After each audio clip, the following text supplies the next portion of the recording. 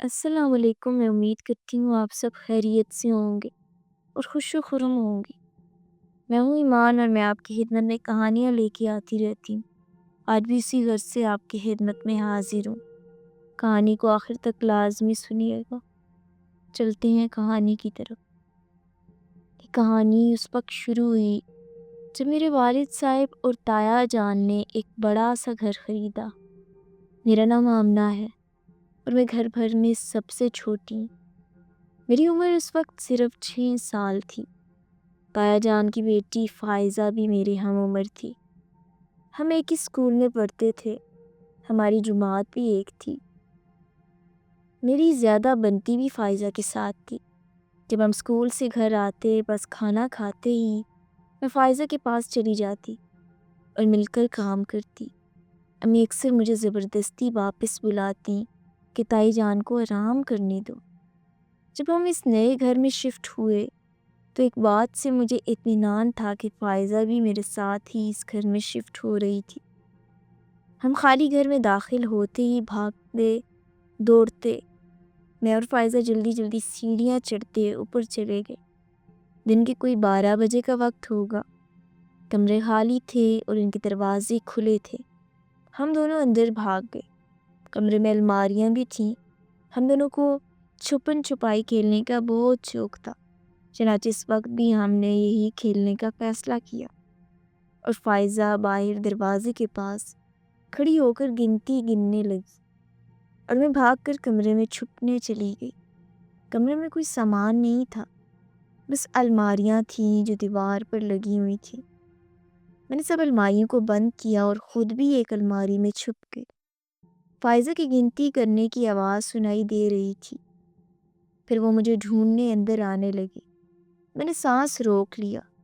میں نے سنا وہ میرا نام لے کر آواز دے رہی تھی۔ مجھے ہنسی آ رہی تھی مگر میں نے خود کو روکا ہوا تھا۔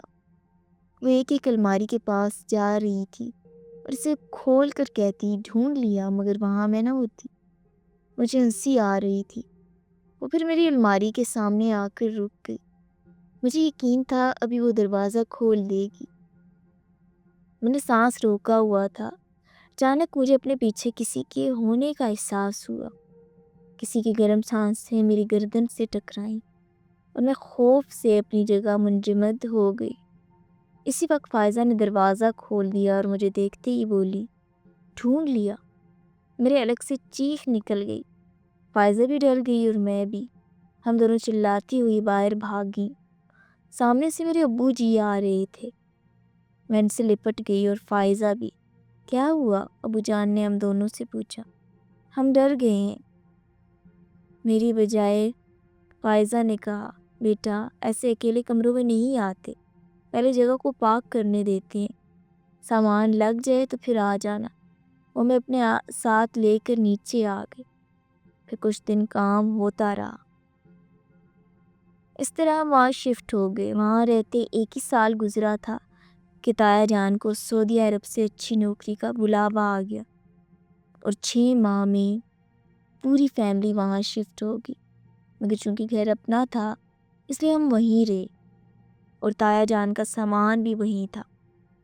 تمام سامان پہ بڑی بڑی چادریں ڈال دی گئی۔ میں فائزہ کو ڈھونڈتی اوپر آ جاتی تھی۔ الماریاں خالی تھیں مگر بند تھیں۔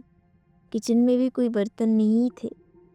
میں وہیں اپنی من پسند گڑیا لے جاتی اور ایک سے دوسرے کمرے میں بے مقصد چکر لگاتی۔ ایک دن جب میں وہاں بیٹھی تھی جس آیا تائی جان رہتی تھی، مجھے کسی کے چلنے کی آواز آئی۔ اکثر یمنا مجھے لینے آتی تھی مگر وہ باہر سے ہی آواز دیتی تھی۔ میں نے کمرے میں ادھر ادھر دیکھا، کمرے میں کوئی بھی نہیں تھا۔ میں نے پھر سے گڑیا کو کپڑے پہنانے شروع کر دیے جو امی نے بنا کر دیے تھے۔ اسی وقت مجھے کسی کپڑے کے سرکنے کی آواز آئی۔ میں نے دوبارہ ڈریسنگ کے آئینے میں دیکھا۔ مجھے الماری کے کھلنے سے ڈر سا لگ رہا تھا مگر میں نے اتنی اہمیت نہیں دی۔ اب میں غور سے الماری کو دیکھنے لگی۔ الماری اور ڈریسنگ ٹیبل ایک دوسرے کے مخالف سمت میں تھے۔ الماری کھلنے سے مجھے الماری کا اندرونی حصہ بھی دکھائی دے رہا تھا۔ ایک پل میں مجھے ایک لڑکی کھڑی نظر آئی۔ میری ہم عمر لگتی تھی۔ مجھے خوف سا محسوس ہوا، مگر وہ لڑکی مسکرا رہی تھی۔ میں نے مسکرا کر دوبارہ گڑیا سے کھیلنا شروع کر دیا۔ پھر سے آئینے میں دیکھا تو وہ میرے بالکل پیچھے کھڑی تھی۔ میں ایک دم لڑکھڑا کر گر گئی۔ میرے آس پاس کوئی نہ تھا۔ میں حیرت سے کبھی آئینے میں اور کبھی آس پاس دیکھ رہی تھی۔ کمرے میں میرے علاوہ کوئی بھی نہیں تھا۔ میں آہستہ آہستہ کھڑی ہو گئی اور آئینے میں دیکھنے لگی۔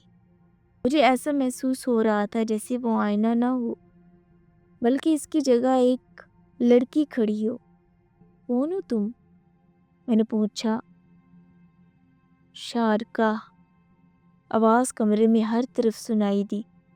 میں نے چاروں طرف دیکھا، پھر آئینے میں شارکا کو دیکھا۔ مجھے لگا جیسے اسے کسی نے آئینے میں قید کر دیا ہو۔ مجھے اس سے ذرا بھی ڈر نہ لگا۔ تم آئینے میں بند ہو؟ میں نے اسے بغور دیکھا۔ اس کے کپڑے میلے تھے اور بال بھی بکھرے ہوئے تھے۔ آنکھیں کچھ زیادہ ہی کالی تھی، سیاہ، اتنی عجیب آنکھیں میں نے پہلے نہیں دیکھی تھی۔ مسکرا رہی تھی، عجیب سے انداز میں، جیسے ڈرا رہی ہو۔ مجھے کھول دو، وہ سرگوشی کے انداز میں بول رہی تھی۔ کیسے؟ میں نے پوچھا۔ مجھے اپنا ہاتھ پکڑاؤ۔ اس نے دھیرے دھیرے اپنا ہاتھ آئینے سے باہر نکال لیا۔ میں نے ہچکچاتے ہوئے اس کے ہاتھ میں اپنا ہاتھ دے دیا۔ ہاتھ میں ہاتھ جاتے ہی مجھے وہ بہت گرم لگا، مگر اسی لمحے جیسے میرے ارد گرد دھند سی چھا گئی۔ میں آنکھیں پھاڑ پھاڑ کر ادھر ادھر دیکھ رہی تھی، مگر کچھ دکھائی نہیں دیا۔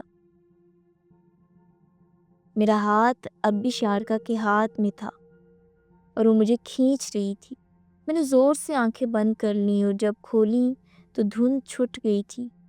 میں ایک گھر میں کھڑی تھی، مگر یقینی طور پر ہمارا گھر نہیں تھا۔ وہاں کچھ اور لوگ بھی تھے، ایک بچہ اور ایک عورت اور مرد۔ سب کی آنکھیں شارکا کی آنکھوں کی طرح کالی سیاہ تھیں۔ مجھے واپس جانا ہے، امی مجھے ڈھونڈ رہی ہوں۔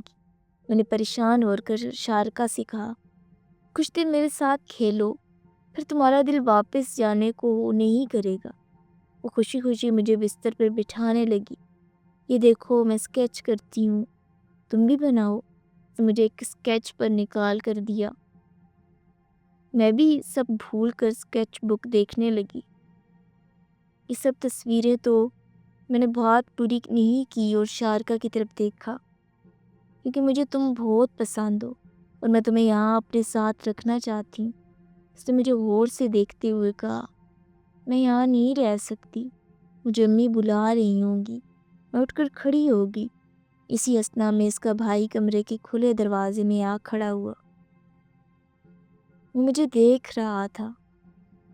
شارکا نے میرا ہاتھ پکڑا اور ایک بار میرا ذہن تاریکی میں ڈوب گیا۔ میرا جسم ڈھیلا پڑ گیا۔ میں چاہنے کے باوجود آنکھیں نہیں کھول پا رہی تھی، پر جیسے میں نیند میں ڈوبتی چلی گئی۔ کوئی مجھے جھنجھوڑ کر اٹھا رہا تھا۔ آمنہ، آمنہ۔ میرے پاس یمنا کھڑی تھی۔ میں اوپر تایا جان کے بیڈ روم میں فرش پہ سو رہی تھی۔ یہاں کیوں سو رہی ہو؟ اس نے مجھے اٹھاتے ہوئے کہا۔ پتہ نہیں، میں اٹھ کر بیٹھ گئی۔